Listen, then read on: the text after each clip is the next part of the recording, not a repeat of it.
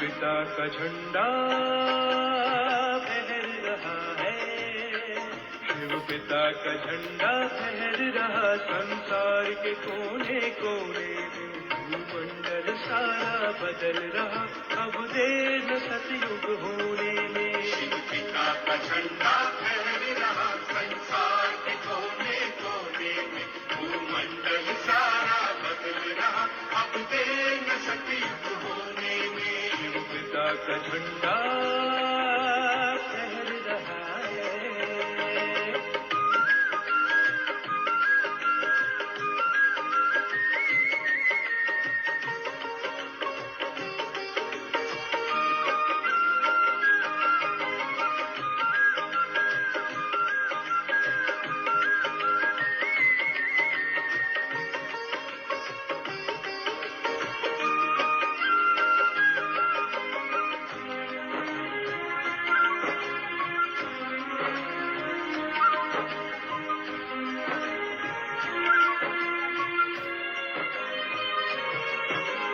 रात घनेरी के आंचल से सुखद सवेरा झांक रहा, किंतु बड़ा नाजुक पल ये ऐसा परिवर्तन मांग रहा।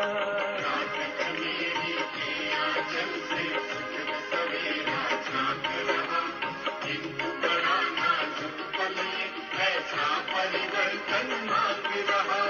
मन को बदलो मत लगे रहो, मन को बदलो मत लगे रहो, तन के और खेल खिलौने, भूमंडल सारा बदल रहा अब देर न सतयुग होने में। शिव पिता का झंडा फहर रहा है।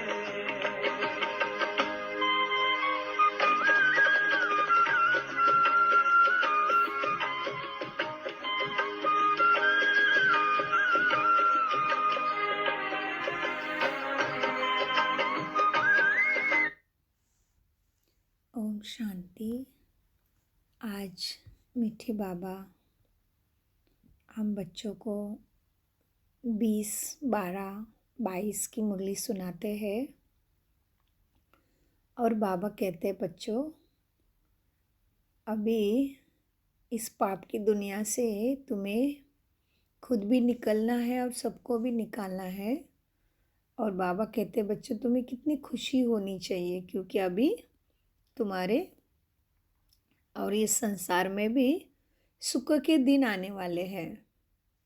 और फिर बाबा ने आज खबरदारी भी रखने के लिए बोला है।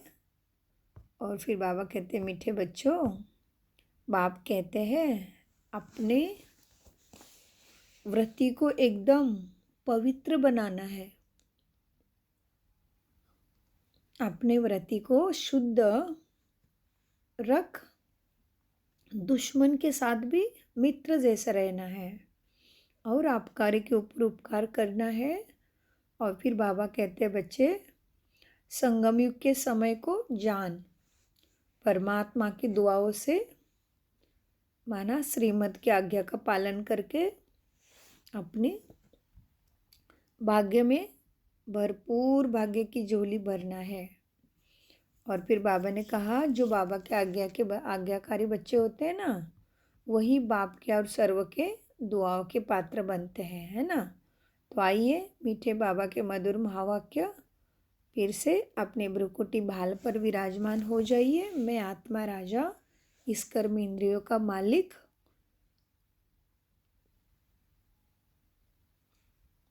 और अपने संस्कार मन बुद्धि का भी मालिक। आज है 20/12/22 प्रातः मुरली। महावाक्य है मीठे बच्चे तुम्हें खुशी होनी चाहिए कि हम अभी यह दुनिया और यह सब कुछ छोड़ अपने घर शांति धाम जाएंगे, फिर सुख धाम में आएंगे। प्रश्न है इस नाजुक रास्ते में निरंतर आगे बढ़ने के लिए कौन सी खबरदारी रखना पड़ता है। उत्तर, कभी भी कोई व्यर्थ व शैतानी बातें सुनाए तो उसका मित्र नहीं बनो। हाँ, मतलब किसी के पास शैतानी बातें हैं, दुनिया की वेस्ट बातें हैं, तो बाबा कहते उसका दोस्त नहीं बनना है। हाजी करके ग्लानी की बातें सुनना माना बाप का नाफरमान बनना। इसलिए रहम दिल बन उसकी आदत को मिटाना है। बाप का फरमान बरदार बनना है। ज्ञान का सुरमा पहन लेना है। यही बहुत नाजुक रास्ता है जिसमें खबरदार होकर आगे बढ़ते रहना है। गीत चला है इस पाप की दुनिया से कहीं दूर ले चल। ओम शांति। मीठे बच्चे, तुम आप समझदार बने हो तो फील करते हो ना कि पहले कितने बेसमझ थे। यह भी समझ में नहीं आता था कि यह पतित दुनिया और इस भारत में जब देवी देवताओं का राज्य था तो क्या था, पावन सुखी थे, उसमें कोई दुख की बात ही नहीं थी। परंतु यह भी निश्चय नहीं होता कि स्वर्ग में सदैव सुख होगा। स्वर्ग को किसी को पता नहीं है, याद करते हैं लेकिन स्वर्ग को तो बाबा कहते हैं मनुष्य तो समझते वहाँ भी दुख होगा। तो ये कितनी बेसमझी है। अब तुम बच्चे समझदार बने हो, बाप ने आके ऐसा बनाया है तो तुम्हें श्रीमत पर चलना है। मनुष्य कहते हैं ये पतित दुनिया है और स्वर्ग पावन दुनिया थी। पावन दुनिया में दुख होगा, फिर तो दुख की दुनिया, वो भी दुख की दुनिया बनेगी ना। तो फिर गीत भी रॉन्ग हो जाता है। कहते हैं बाबा ऐसे जगह ले चलो जहाँ आराम सुख चैन हो। बच्चे ये भी जानते हैं स्वर्ग सोने की चिड़िया थी ना। हाँ, कहते हैं ना डाल डाल पर सोने की चिड़िया करती थी बसेरा, वो भारत देश है मेरा। तो बाबा गीत की भी याद दिलाते हैं। और फिर बाबा कहते कैसे स्वर्ग सोने की चिड़िया था। डाल डाल पर माना हर घर में सुख शांति थी, क्योंकि ये क्या है, जीवन मनुष्य सृष्टि का वृक्ष है ना। तो इसीलिए गीत में भी ऐसे शब्द लिए होंगे। बाबा कहते हैं जिसने गीत बनाया ना उसने। और वैसे भी गीत हो या स्टोरी हो या नाटक हो, कोई मोरल स्टोरी हो या कोई शास्त्र हो, सब में से कैरेक्टर भी अलग दिखाया जाता है, लेकिन उसमें से जो मर्म लेना है, जो शिक्षा लेना है, जो मोरल लेना है, वो तो अलग ही रहता है ना हमेशा, है ना। जैसे कि बकरी की और लोमड़ी की कहानी सुनाते हैं तो उसमें से क्या होता है, वो डायरेक्ट वो प्राणी को थोड़ी ना देखना है, उसमें से मोरल लेना होता है ना। उस तरह से जैसे फिर एक मंकी की भी, बंदर की कहानी सुनाते हैं कि पानी का बाढ़ आ गई थी तो अपने बच्चे को पहले तो बचाती रही, जब उसके ही गले में पानी आ गया तो बंदर को क्या किया, बंदरी ने अपने ही बच्चे के ऊपर बैठ गई ताकि उसको बचना था पानी से डूबने से। तो ये क्या है, ये बंदर को थोड़ी ना देखना है, उसमें से क्या लेना है, शिक्षा लेना है, मोरल लेना है ना। तो यहाँ पे भी बाबा कहते हैं, यहाँ पे भी बाबा बताते बच्चे गाते तो है स्वर्ग सोने की चिड़िया थी, देवी देवता थे, कहते भी हैं हम एक दो को दुख नहीं देते हैं, परंतु फिर कह देते हैं कि यह दुख सुख सब परंपरा से चला आता है। कृष्ण पर भी झूठे कलंक लगा दिए। कहा जाता है जैसे पतित की दृष्टि वैसे सृष्टि, समझते हैं सारी सृष्टि पतित है। इस समय उन्हों की दृष्टि ही पतित है ना, तो सारी सृष्टि ही पतित समझते हैं। कह देते परंपरा से ये पतितपना चला आता है। अभी तुम समझते हो और क्या, अभी तुम बच्चों को समझ आती है, सो भी नंबरवार पुरुषार्थ अनुसार समझते हैं। बच्चों को परमपिता परमात्मा के डायरेक्शन मिलते हैं, आत्माओं को बाप बैठ समझाते हैं। सब आत्माएं पतित है, इसलिए पतित आत्मा को पाप आत्मा कहा जाता है। पाप आत्माओं से बात करना है, तुम हमारे अविनाशी बच्चे हो। फिर मम्मा बाबा भी कहते हो इस दुनिया में किसको भी पिताश्री नहीं कह सकते, श्री माना श्रेष्ठ, परंतु यहाँ एक भी मनुष्य श्रेष्ठ है नहीं। यह तो एक ही है महिमा, यह तो एक की ही महिमा हो सकती है। भल तुम इनको इस समय कहते हो क्योंकि संन्यास किया हुआ है ना श्रेष्ठ बनने के लिए। तुम जानते हो हम अभी फरिश्ते बनने वाले हैं, लेकिन चलते चलते श्रेष्ठ बनते बनते झट माया रावण थप्पड़ लगाकर भ्रष्ट बना देती है।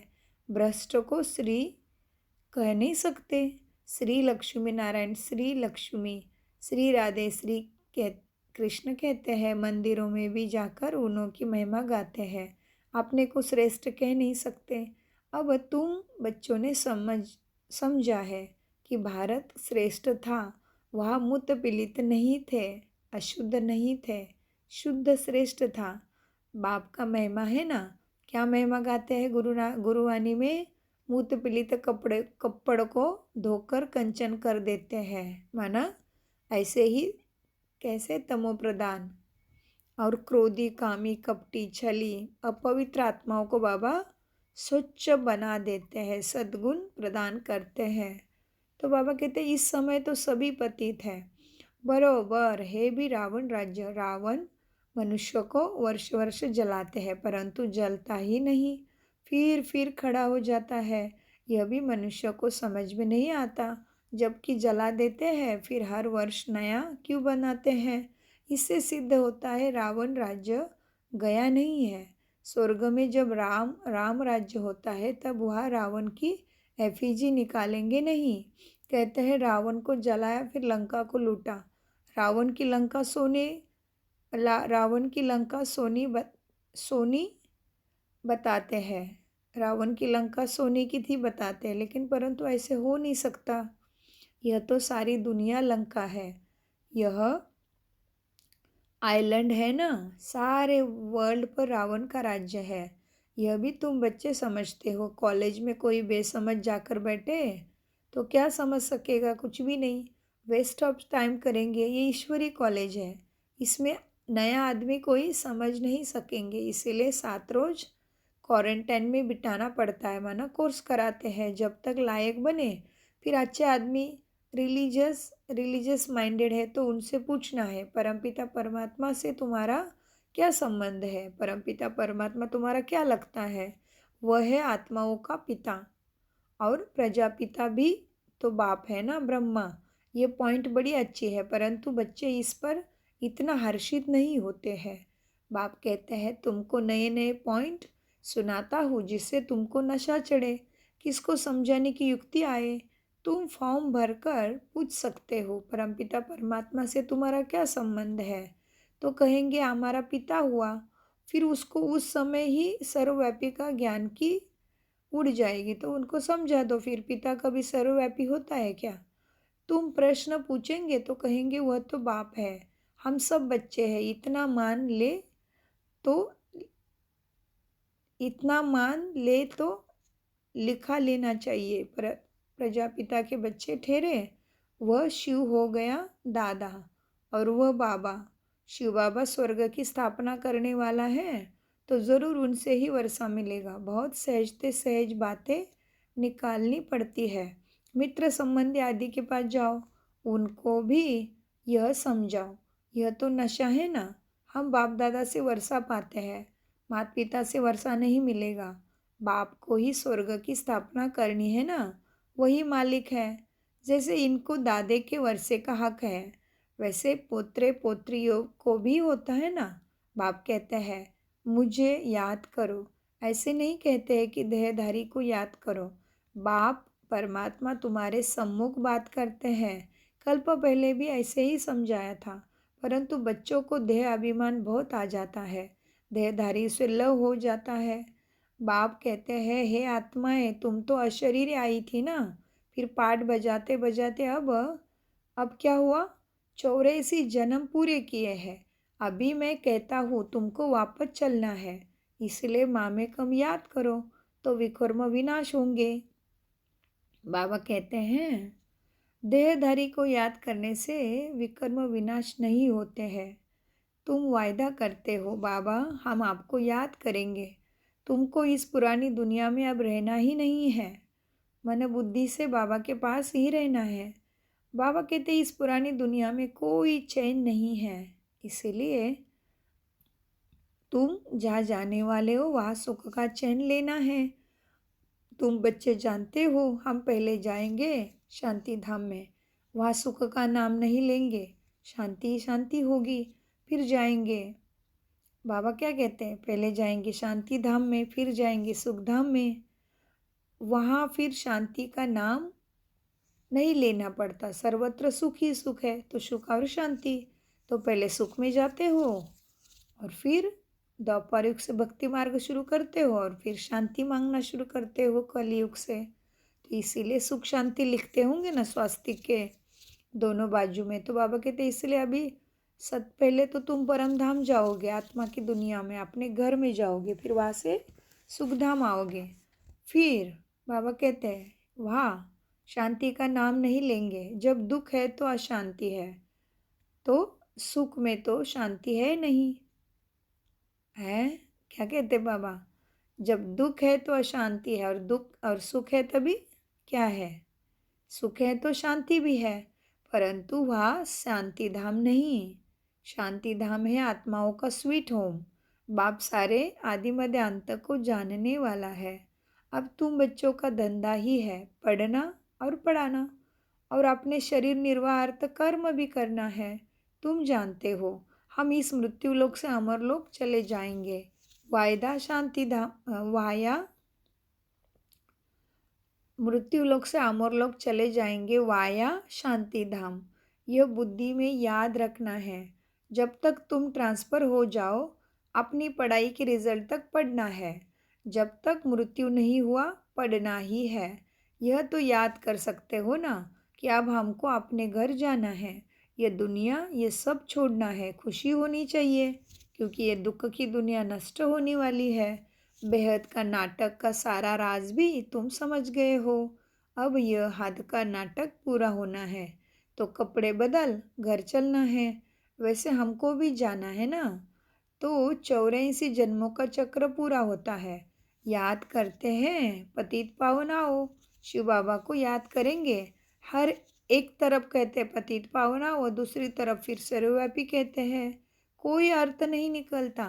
बच्चों को कितना सहज रीति समझाते हैं। शांति धाम को याद करो, यह दुख धाम है, इसका विनाश भी सामने खड़ा है। यह वही महाभारत लड़ाई है। यूरोपवासी यादव भी है और कौरव पांडव भाई भाई है। हम एक ही घर के हैं ना, भाई भाई में युद्ध हो नहीं सकती। यहाँ तो युद्ध की बात ही नहीं, परंतु मनुष्यों का भी धंधा है एक दो को लड़ना। हाँ, क्या है मनुष्य का क्या धंधा है? एक दो को लड़ाना और खुद भी लड़ना। यह एक रस्म ही बन गई है। सब एक दो के दुश्मन हैं। बाप भी बच्चे भी बाप का दुश्मन बन पड़ता है। ये दुनिया में इतना दुख है। मृत्यु लोक की रस्म रिवाज ही सबकी अपनी अपनी है। बाप का प्लान देखो कितना बड़ा है। सबके प्लान्स खत्म कर देते हैं और फिर सुख धाम की स्थापना करते हैं। है ना वंडरफुल बाप? बाकी सबको शांति धाम में भेज देते हैं। तुम बच्चे देखते हो हम किसके सामने बैठे हैं। निश्चय है ना परमपिता परमात्मा ज्ञान का सागर है। इन ऑर्गन्स द्वारा हमको नॉलेज देते हैं, ब्रह्मा द्वारा। और कोई सत्संग ऐसा होता है क्या? यहाँ बाप सामने बैठ समझाते हैं। जानते हो बाप हम आत्माओं से बात करते हैं। हम आत्मा कानों से सुनती है। बाबा इस दादे के मुख द्वारा बोलते हैं।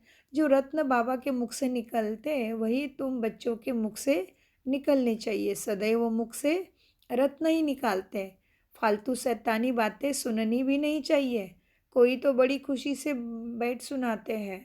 बाप कहते हैं ऐसे बातें सुनो, वह किसी को करते हुए देखो तो बाबा को बताओ, तो बाबा उसको समझा नहीं देंगे। नहीं तो वह पक्के होते जाएंगे टाइम वेस्ट करने में।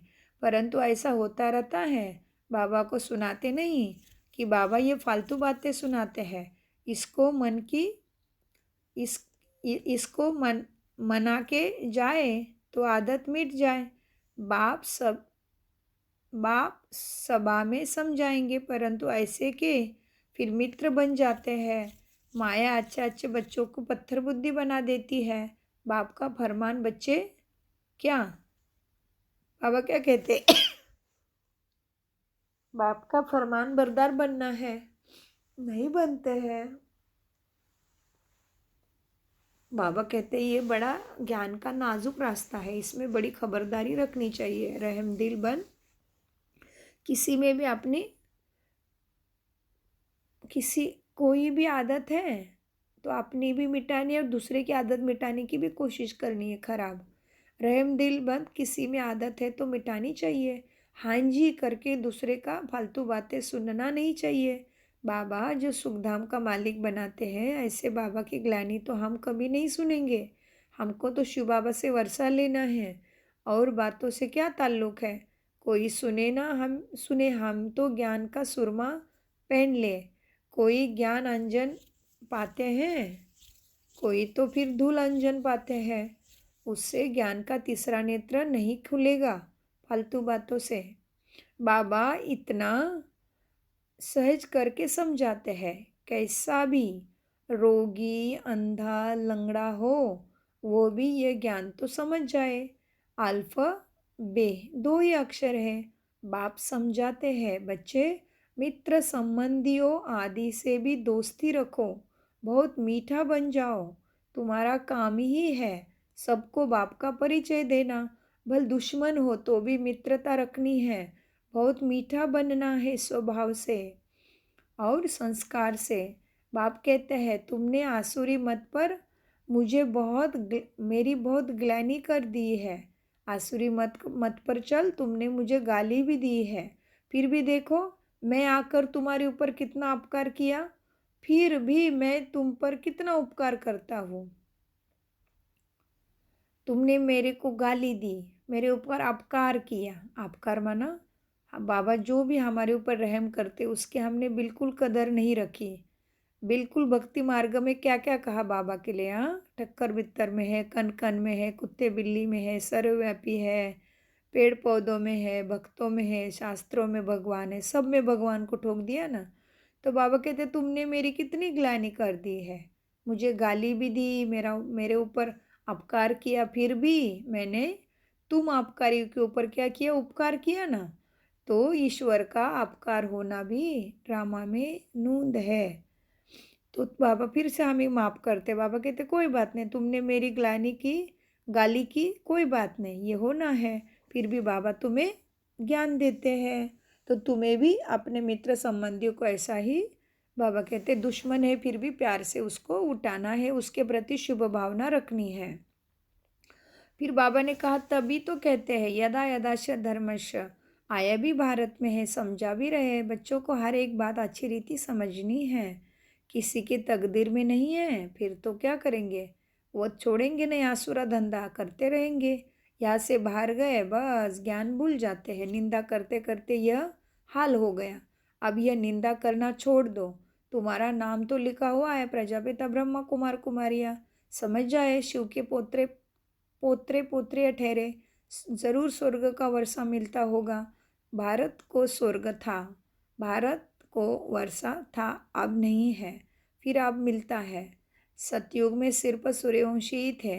अब तुम बाप को याद करो तो विकर्म विनाश होंगे और वहाँ पहुँच जाएंगे।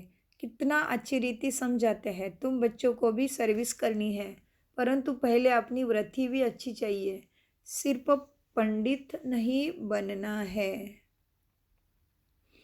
पक्के योगी राज ऋषि होंगे ना तो दूसरे को तीर लगेगा, खुद में ही कोई कमी होगी तो दूसरे को बोल ही नहीं सकेंगे।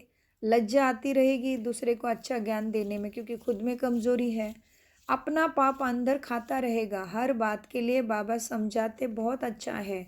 कल्प पहले भी ऐसे ही समझाया था। देवी देवता धर्म तो ज़रूर स्थापन होगा, कोई पढ़े ना पढ़े, धर्म देवी देवता का राज्य तो ज़रूर आएगा।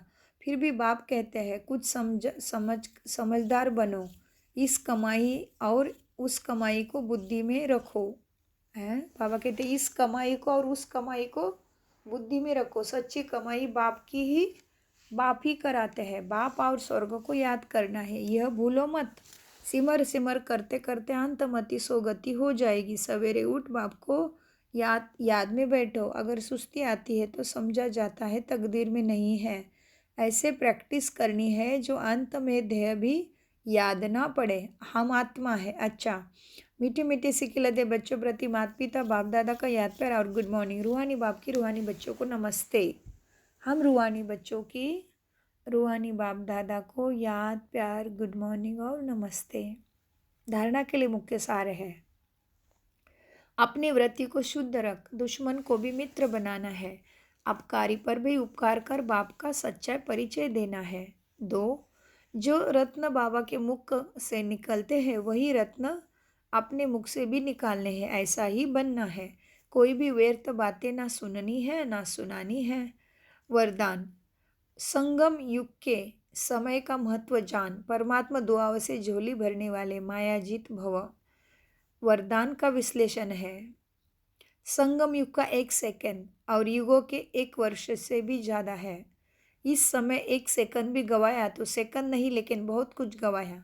इतना महत्व सदा याद रहे तो हर सेकंड परमात्मा दुआएं प्राप्त करते रहेंगे, और जिसकी झोली परमात्मा दुआओं से सदा भरपूर है उसके पास भी कभी माया नहीं आ सकती, दूर से ही भाग जाएगी, तो समय बचेगा। यह तीव्र पुरुषार्थ है। तीव्र पुरुषार्थ अर्थात सदा मायाजीत। स्लोगन: जो आज्ञाकारी है वही बाप की व परिवार की दुआ के पात्र है।